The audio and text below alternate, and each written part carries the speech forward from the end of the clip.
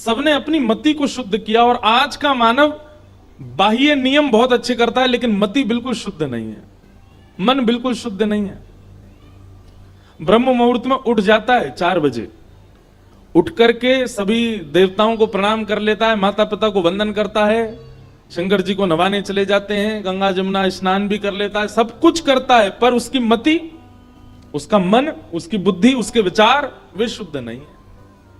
ये देखा जाता है। मैं बहुत लोगों से मिलता हूं, ये अनुभव किया है कि व्यक्ति अपने व्यवहार को शुद्ध कर लेता है पर आचरण शुद्ध नहीं बनाता। व्यवहार भले ही शुद्ध ना हो, आचरण शुद्ध होना चाहिए। व्यवहार का मतलब बाह्य दिखता जो है वो भले ही आकर्षक ना हो, लेकिन आपका आचरण, आपका आंतरिक बहुत शुद्ध होना चाहिए। और उसी के लिए कथा सुनते हैं हम लोग कि हमारा आंतरिक शुद्ध हो। आंतरिक शुद्ध व्यक्ति का लक्षण कैसा होता है? भगवान कपिल 5 उपदेश देते हैं श्रीमद् भागवत में, 5 लक्षण बताते हैं। और उन 5 लक्षणों में कहते हैं तितिक्षवः कारुणिका सुहृदः सर्वदेहिनाम अजात शत्रवः शांता साधवः साधुभूषणात्। जिसका आंतरिक शुद्ध है, जिसका मन पवित्र है, वही साधु है। और साधु के 5 लक्षण होंगे। सबसे पहला सहनशीलता। आज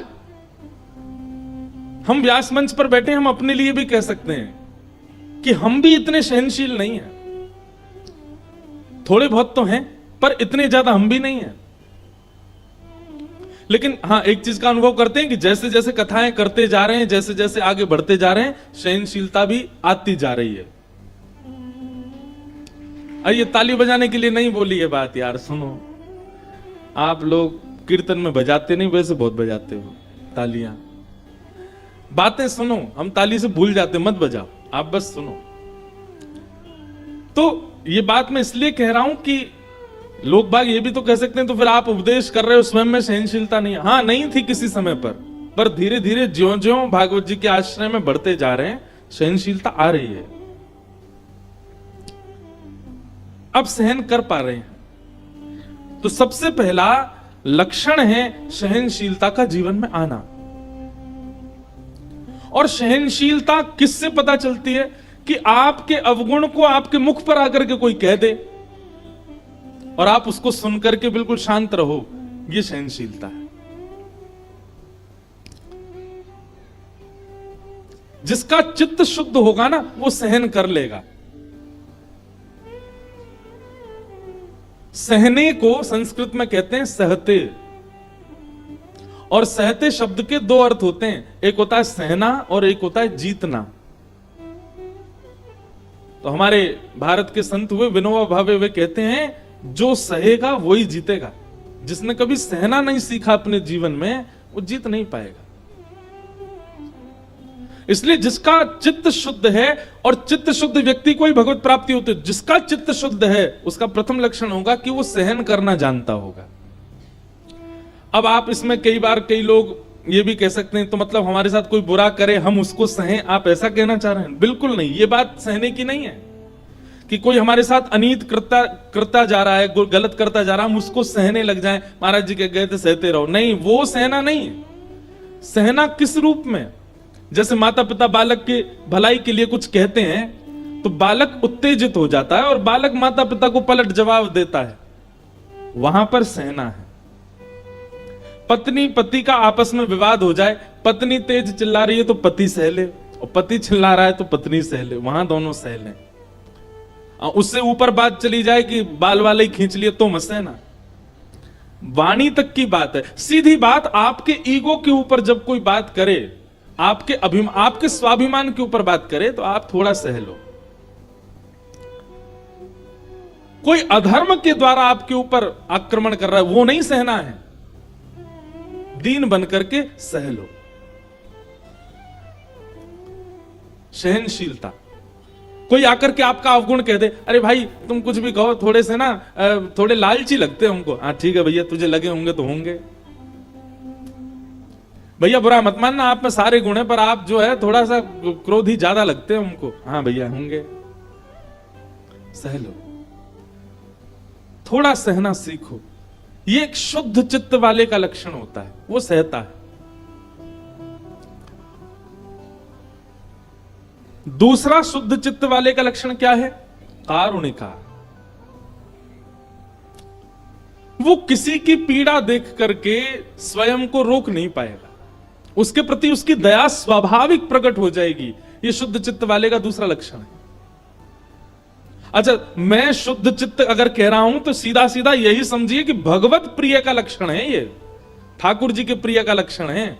ठाकुर जी जिससे प्रेम करते हैं उसमें ये लक्षण घटेंगे, वो सहना जानता होगा। दूसरा, वो दूसरे की पीड़ा देख करके व्याकुल हो जाएगा, पिघल जाएगा, कारुणिका। और तीसरा लक्षण है सुहृदः सर्वदेहिनाम, सबका भला चाहने वाला, सबका हित चाहने वाला, सुहृदः सर्वदेहिनाम। पांचवा लक्षण है अजात शत्रवः, किसी को अपना शत्रु ना मानने वाला। और अंतिम लक्षण है शांता, कम बोलने वाला। ये पंच लक्षण शुद्ध चित्त वाले के हैं। शुद्ध चित्त मतलब भगवत प्रिय के लक्षण है। वो सहता होगा, वो करुणा करना जानता होगा, वो सबका भला चाहेगा, किसी से शत्रुता नहीं मानेगा और शांत रहेगा। पंच लक्षण धीरे धीरे अपने भीतर लाना प्रारंभ कीजिए और सत्संग से ही आएंगे। दुनिया में कितने सारे मंदिर हैं जहां मनोकामना पूरी की जाती है। हनुमान जी की मनोकामना पूर्ण हनुमान, कितने देवियों के मनोकामना पूर्ण देवी, कितने सारे मंदिर हैं पूरे विश्व में। पर हर मंदिर में आपको संसार मांगने वाले ज्यादा मिल जाएंगे। हमारा घर बन जाए, हमारा ये बन जाए, हमारा वो हो जाए, हमारे ऐसे हो जाए, हमारे ये काम बिगड़ रहे हैं, वो हमारा केस सुलझ जाए, हमारे उनके ये ऐसे हो जाए, सब यही मांगते हैं। कभी कोई मनोकामना पूर्ण मंदिर में जाकर के ये मांगता है कि हे ठाकुर जी आप कृपा करो मैं सरल हो जाऊं, हे हनुमान जी ऐसी कृपा करो मेरे अंदर दीनता आ जाए, हे देवी मैया ऐसी कृपा करो मेरे अंदर जलनशीलता बहुत है, मैं दूसरों को देख के जल जाता हूं, दूसरों की श्रेष्ठता देख करके मुझसे सहा नहीं जाता, कृपा करो मेरे अंदर ये ईर्ष्या भाव नष्ट कर दो। ऐसी मनोकामना कोई नहीं मांगता। सब केवल संसार मांगते हैं। स्वयं को शुद्ध हम करना चाहते ही नहीं है, हमारा उद्देश्य ही नहीं है स्वयं को शुद्ध करना। स्वयं की स्थिति, मनस्थिति और परिस्थिति को शुद्ध करना हमारा उद्देश्य नहीं है। हम तो संसार में आके संसार ही चाहते हैं। कभी किसी कोई ज्योतिषी से ये पूछता हुआ मुझे कोई व्यक्ति नहीं मिला। सब यही पूछते हैं हमारा ब्याह कब होगा, ये बताओ पत्नी कैसी रहेगी, ठीक है, जो जिनका ब्याह नहीं हुआ, हमारे बच्चे कितने होंगे, हमारा व्यापार कैसा चलेगा। कभी कोई ये हाथ दिखवा के पूछता है ये बताइए मेरे अंदर जो है विचलनता बहुत है, ये एकाग्रता कब आएगी, मेरे अंदर दोष बहुत सारे हैं, ये दोष नष्ट कैसे होंगे, मेरे अंदर क्रोध बहुत है, ये क्रोध कब कम होगा, कौन सी उम्र में जाके ठीक होगा, मैं ईर्ष्यालु बहुत हूं, मैं कामी बहुत हूं, ये मेरे भीतर से कब नष्ट होगा। कभी कोई ये सब नहीं पूछता। अपने आंतरिक शुद्धि के लिए हम कभी प्रयास ही नहीं करते।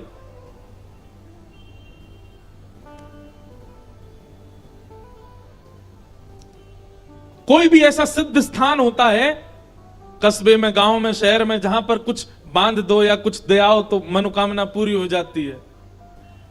जाइए और अब की बार हमारे कहने से अपने अवगुणों की लिस्ट बांध करके आइए। हम कितने अवगुण हैं, हमें काम है, क्रोध है, लोभ है, ईर्ष्या है, द्वेष है, हम ऐसे हैं, हम सरल नहीं हैं, हम दीन नहीं हैं, हमारे अंदर अभिमान बहुत व्यापक हो गया है। ये सारी लिस्ट बना के वो मांग करके आओ।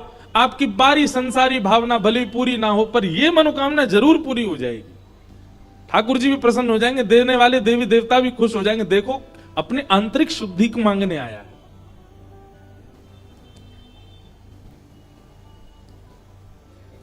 एक बात सदैव याद रखिएगा, अगर शरीर में कोई बीमारी उठ गई है और आप उसको नजरअंदाज करोगे तो एक समय पर वो बीमारी अत्यंत व्यापक होकर के आपकी जान भी ले सकती है।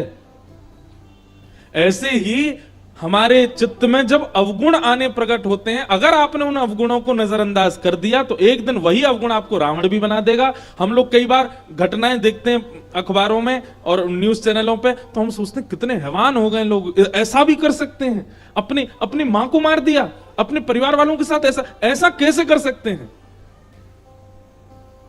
वही व्यक्ति जिसने वो गलत कृत्य किया, वो कुछ समय पहले ऐसा नहीं था, लेकिन उसके भीतर एक अवगुण आया और उसने उस अवगुण को छुपा के ही रखा। धीरे धीरे धीरे धीरे वही अवगुण उसको राक्षस बना देता है। हम सब जानते हैं कि हम में दोष कितने हैं, दोष कौन सा है, लेकिन हम सदैव उस दोष को छुपाने का प्रयास करते हैं। सब लोग इधर देखो, सावधानी से कथा सुनो। जो सुनने वाली बातें होती हैं उनमें इधर उधर देखने लग जाते हैं, क्यों हमको दोष देखने ही नहीं अपने, हम में दोष है ही नहीं महाराज जी, हम तो सारे सर्वगुण संपन्न हैं।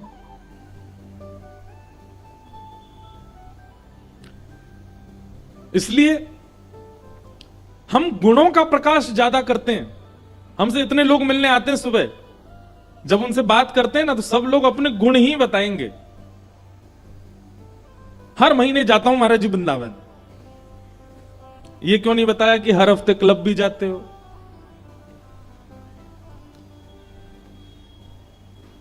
लोग बाग आकर के गुण का प्रकाश ज्यादा करते हैं, पर जरूरी नहीं है 100 लोग आते, एक आध कोई अवगुण बताने वाले भी आते हैं। महाराज जी मुझमें ये दोष है, ये कैसे ठीक होगा, आते हैं ऐसे लोग भी, पर अधिकतर संख्या किनकी ज्यादा होती है, गुण बताने वालों की। और क्षमा कीजिएगा, हमारे आगे आके जब कोई गुण बताता है ना तो मैं पहले ही समझ जाता हूं इसमें दोष बहुत है, इसलिए गुण प्रकाश कर रहा है। अपने अवगुणों को आगे रखिए, और विशेष रूप से ठाकुर जी के सन्मुख और गुरुजनों के सन्मुख, तभी वो शुद्ध हो पाएंगे। और इनकी शुद्धि करना आवश्यक इसलिए, ये जीवन हमको मौका मिला है, ये जीवन हमको अवसर मिला है, मानव देह। अगर इस देह में आकर के भी हमने अपने अपने अवगुणों को शुद्ध नहीं किया, तो इसके अलावा अन्य किसी प्रजाति में, अन्य किसी योनि में आप अवगुण शुद्ध नहीं कर पाओगे। केवल मानव, बंदर अपने अवगुण नहीं सुधार सकता, गधा अपने अवगुण नहीं सुधार सकता, मछली अपने अवगुण नहीं सुधार सकती, पर वही प्रेतात्मा जब भटकती भटकती भटकती जब मानव बनती है, तो मानव बनकर के भगवान उसको एक सौभाग्य देते हैं कि तू अपना अवगुण सुधार। मानव सुधरना जानता और कोई नहीं सुधर सकता, लेकिन फिर भी मानव सुधरना नहीं चाहता है। कोई तुम्हें बुरा कहे सुनकर करो क्षमा,